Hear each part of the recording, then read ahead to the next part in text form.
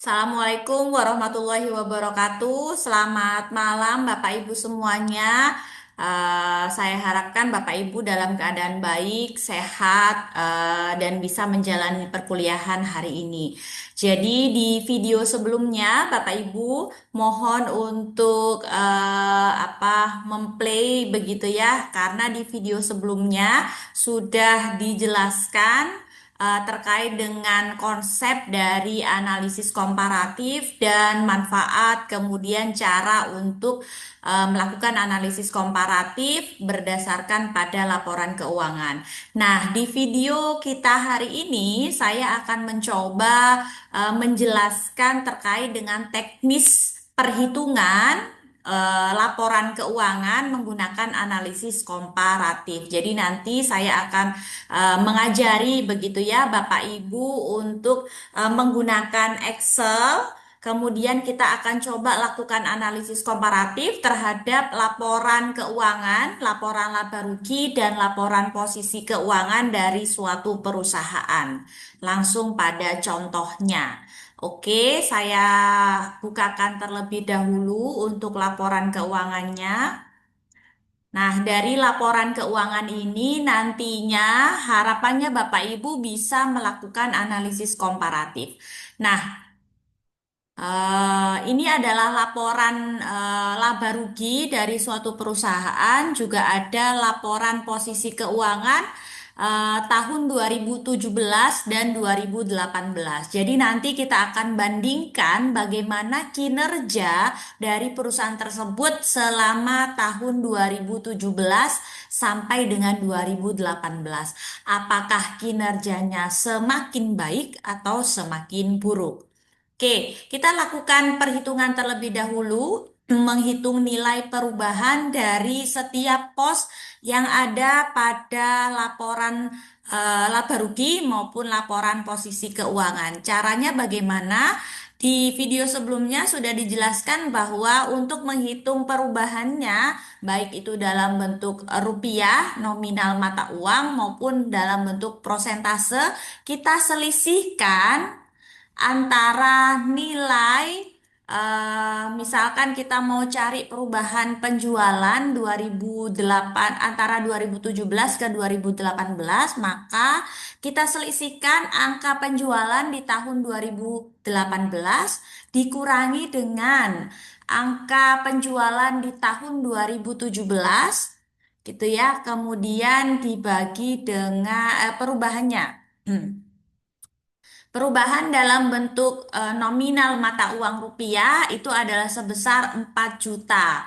Nilainya positif karena semakin tinggi. Jadi dari tahun 2017 37 juta, 2018 naik menjadi 41 juta. Maka perubahannya selisihnya adalah selisih positif. Ini mengindikasikan bahwa terjadi kenaikan penjualan. Kemudian setelah itu untuk menghitung prosentase perubahannya, tinggal kita cari nilai nominal perubahannya dibagi dengan penjualan tahun sebelumnya, tahun yang paling lama, yaitu tahun 2017. Kemudian nilai tersebut kita jadikan nilai persen. Nah, begini Bapak Ibu caranya. Jadi untuk pos-pos yang lain caranya cenderung sama. Nah, karena kita pakai Excel, kita bisa manfaatkan program yang ada di Excel sehingga tidak manual satu persatu. Tinggal kita tarik saja angkanya sampai dengan laporan laba bersih, laba ruginya selesai. Ini kita sudah dihitungkan nilai perubahan dalam bentuk rupiah, kemudian dalam bentuk persennya karena kita sudah masukkan rumus di awal, maka tinggal ditarik saja sehingga langsung keluar nilai-nilai prosentase terhadap perubahan dari masing-masing pos di laporan laba rugi. Oke, kemudian untuk laporan posisi keuangan juga sama caranya Bapak Ibu, kita mulainya dari aset. Terlebih dahulu kita cari nilai perubahan dalam bentuk rupiahnya. Jadi tinggal diselisihkan 2018 dikurangi dengan 2017. Oke, angka negatif di sini artinya perusahaan kasnya mengalami penurunan dari yang awalnya 1.200.000 di tahun 2017 menjadi 1.094.000 di tahun 2018. Kemudian untuk perubahan persennya, prosentasenya sama dengan kita ambil perubahan dalam bentuk rupiahnya, kemudian kita bagi dengan angka di tahun 2017 yang paling lama. Nah, kalau sudah tinggal kita klik jadikan persentase dan ambil dua angka di belakang koma. Ya, untuk pos-pos yang lain tidak perlu satu persatu, tinggal kita tarik saja Bapak Ibu sampai dengan di sini. Ya, kemudian nilai persennya juga bisa langsung kita tarik.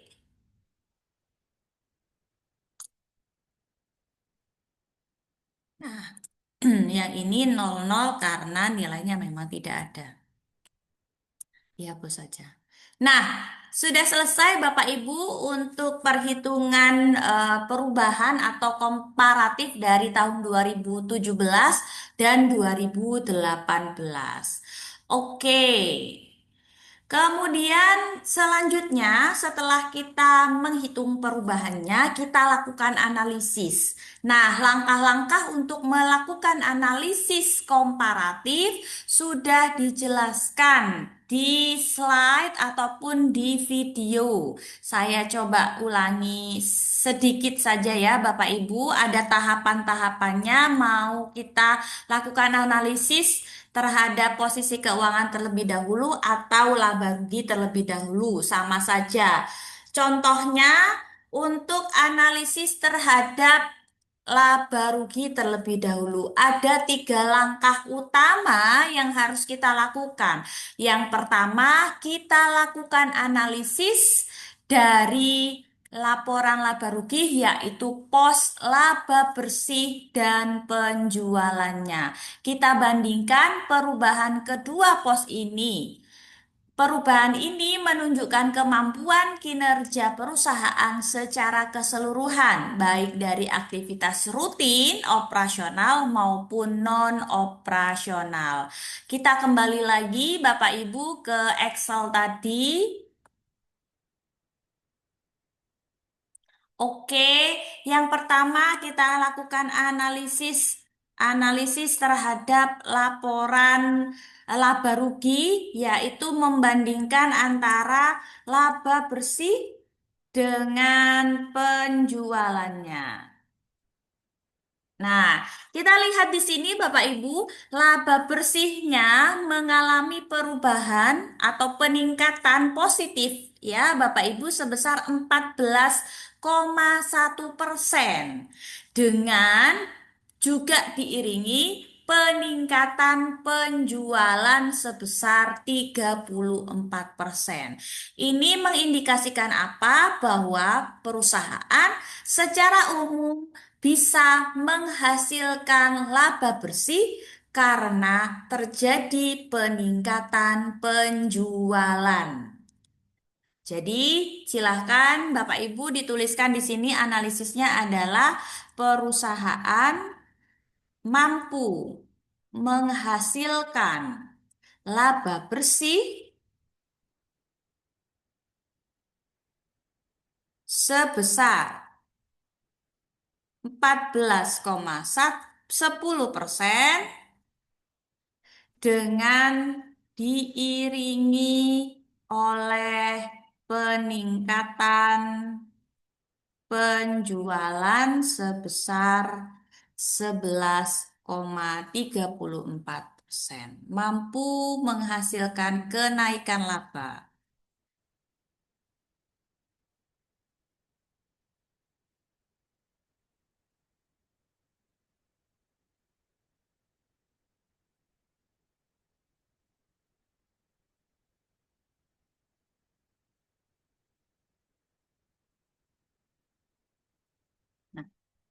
Gini Bapak Ibu analisisnya untuk yang pertama sudah selesai. Jadi tinggal dianalisis antara penjualan dengan laba bersihnya. Terjadi peningkatan atau penurunan laba bersih dan penjualan. Dikaitkan gitu ya Bapak Ibu. Sehingga nanti kita bisa langsung masuk ke analisis yang kedua. Di analisis yang kedua, di laporan laba rugi, kita bandingkan prosentase perubahan penjualan dengan perubahan beban pokok penjualan, atau bisa juga kita lihat nilai laba brutonya. Jadi laba bruto atau laba kotor itu kan diperoleh dari penjualan dikurangi dengan beban pokok penjualan. Jika laba brutonya bersih, positif, nilainya positif, dia mengindikasikan terjadi efisiensi yang berkaitan dengan proses produksi, mulai dari pembelian bahan baku sampai dengan produk tersebut siap untuk dijual. Oke, jadi kita nanti lihat laba brutonya terjadi peningkatan atau penurunan.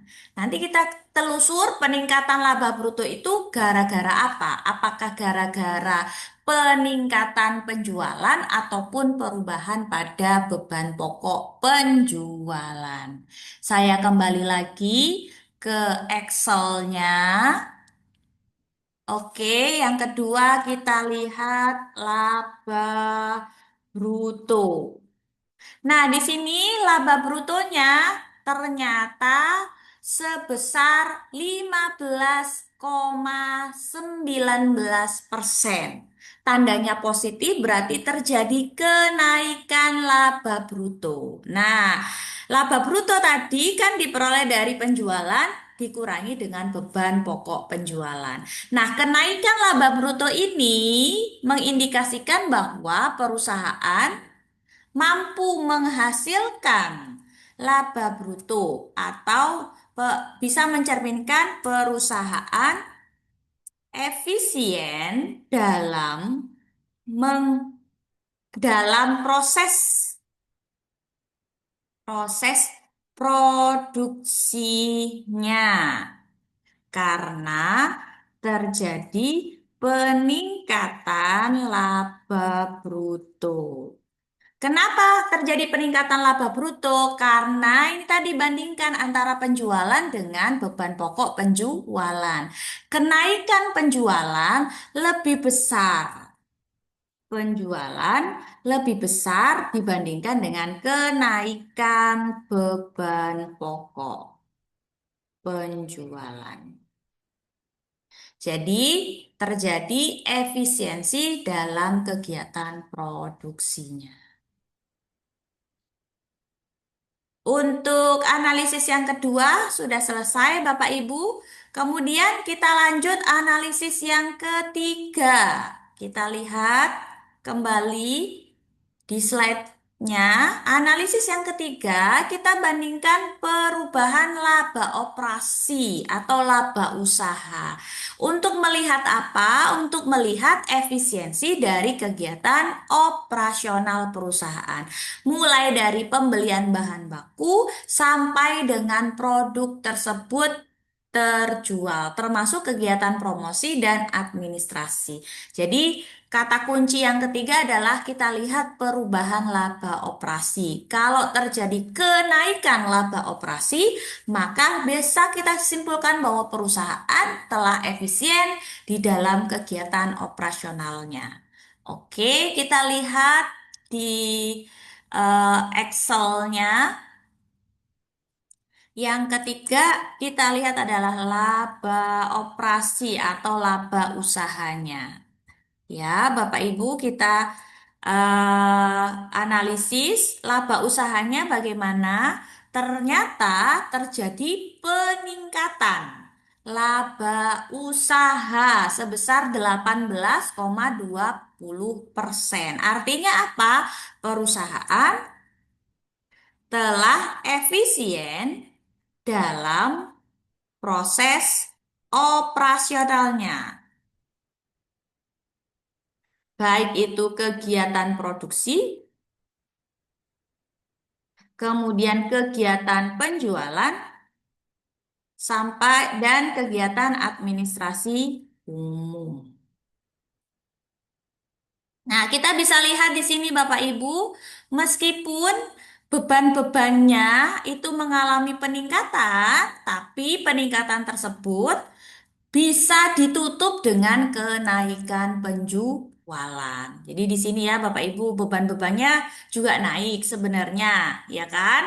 10%, 7%, kemudian beban pokok penjualannya juga naik, tapi kenaikan tersebut lebih kecil dibandingkan dengan kenaikan penjualan. Jadi masih bisa ditutup kenaikan penjualannya lebih besar daripada kenaikan beban-beban. Sehingga kita bisa simpulkan bahwa perusahaan telah melakukan efisiensi dalam proses operasionalnya, mulai dari kegiatan produksi, kegiatan penjualan, sampai dengan pengeluaran untuk administrasi umum.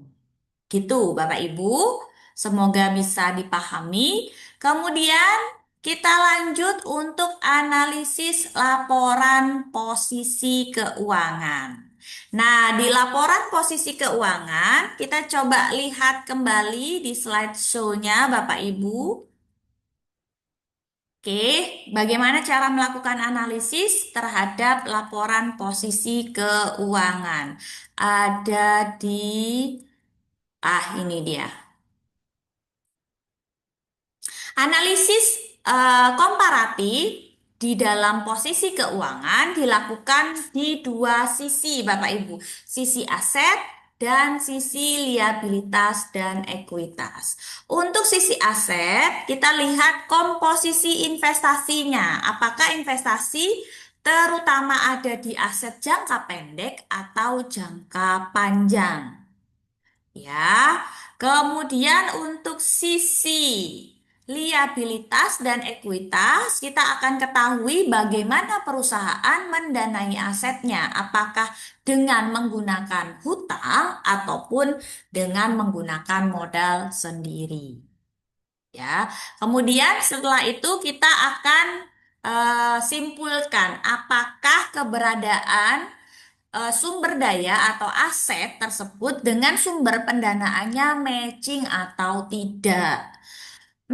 Dikatakan matching ketika apa? Ketika aset lancar yang diharapkan dilikuidasi dalam waktu maksimal 1 tahun didanai dengan menggunakan sumber liabilitas atau saldo laba atau ekuitas. Liabilitasnya adalah liabilitas lancar. Sedangkan untuk aset yang non lancar harus dibiayai oleh saldo laba atau ekuitas dengan dibarengi liabilitas jangka panjang, matching atau tidak. Baik, kita lakukan analisis Bapak Ibu untuk laporan posisi keuangan.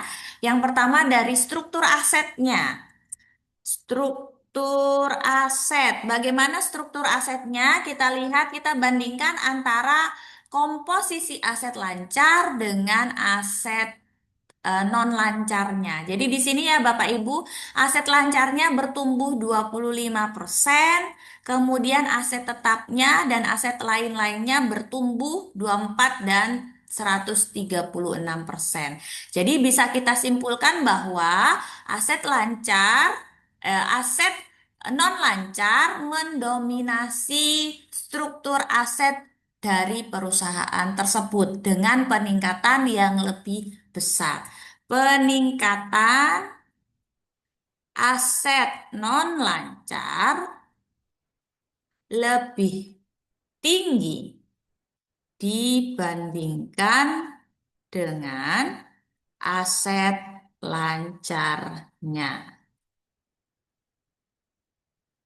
Kalau mau lebih detail, boleh Bapak Ibu yang non lancar itu apa saja? Misalkan tadi ya, yang non lancar itu aset tetap bersihnya bertumbuh 24%, sedangkan untuk aset lain-lain Aset tetap yang bentuknya tidak nyata bisa saja misalkan merek dagang ataupun aset-aset yang lain bentuknya ya, bukan aset tetap apa yang ada apa namanya eh, tangible asset, bukan termasuk tangible asset itu lebih tinggi peningkatannya daripada aset lancar. Karena kalau di sini aset lancarnya hanya tumbuh 25%. Sedangkan paling tinggi adalah aset lain-lain. Oke, itu dari sisi aset. Kemudian yang kedua kita lihat dari sumber pembiayaan. Hutang dan ekuitasnya. Nah, tadi asetnya lebih banyak aset non lancar ya, Bapak Ibu, aset tetap dan aset lain-lain. Kita lihat untuk liabilitasnya, sumbernya kebanyakan berasal dari hutang atau berasal dari ekuitas. Kita lihat hutang, total liabilitasnya naik 92%. Ya, Bapak Ibu. Kemudian untuk ekuitasnya, total ekuitasnya hanya naik 12%. Artinya apa? Sumber pembiayaan terbesar dari perusahaan ini berasal dari hutang. Nah, kita tuliskan sumber pembiayaan dari perusahaan naik signifikan pada liabilitas. Nah, kita bisa lihat juga liabilitas kan ada dua ya Bapak Ibu, liabilitas jangka pendek dan liabilitas jangka panjang. Nah, dari dua jenis itu mana yang paling besar peningkatannya? Ternyata adalah liabilitas jangka jangka pendek naiknya 186% ya Bapak Ibu. Jadi pembiayaan dari hutang-hutang yang jatuh temponya kurang dari 1 tahun itu lebih besar daripada hutang-hutang yang jatuh temponya lebih dari 1 tahun yang jangka panjang. Oke, tadi kebanyakan asetnya adalah aset non lancar yang bertumbuh. Sedangkan sumber hutangnya kebanyakan dari liabilitas jangka pendek. Maka yang ketiga kita lihat matching konsep. Nah, tadi dikatakan matching jika liabilitas jangka pendek itu bisa harusnya hanya membiayai aset-aset lancar. Sedangkan dalam kasus ini, Bapak Ibu, liabilitas jangka pendek kan yang paling banyak, tapi dia membiayai aset yang non lancar. Sehingga perusahaan tersebut tidak menerapkan matching konsep dalam pembiayaannya. Aset non lancar yang bertumbuh lebih besar dibiayai oleh liabilitas, oleh hutang jangka pendek. Nah, padahal kita tahu Bapak Ibu bahwa untuk aset-aset non lancar itu kan jatuh temponya masa pakainya lama. Artinya apa? Artinya dia juga menghasilkan uang kas, arus kas juga prosesnya lama. Tapi sumber pembiayanya utangnya dari jangka pendek. Ada resiko. Resiko apa? Resikonya perusahaan tidak bisa membayar kewajiban jangka pendeknya. Asetnya baru menghasilkan dalam jangka waktu yang tinggi yang lama, tapi hutang-hutangnya karena dibiayai dengan hutang jangka pendek harus segera dilunasi. Jadi akan timbul yang namanya resiko tidak bisa melunasi hutang-hutang jangka pendek. Begitu Bapak Ibu, untuk pembahasan perhitungan maupun analisis dari komparatif yang bisa saya sampaikan. Terima kasih atas perhatiannya. Saya akhiri. Assalamualaikum warahmatullahi wabarakatuh.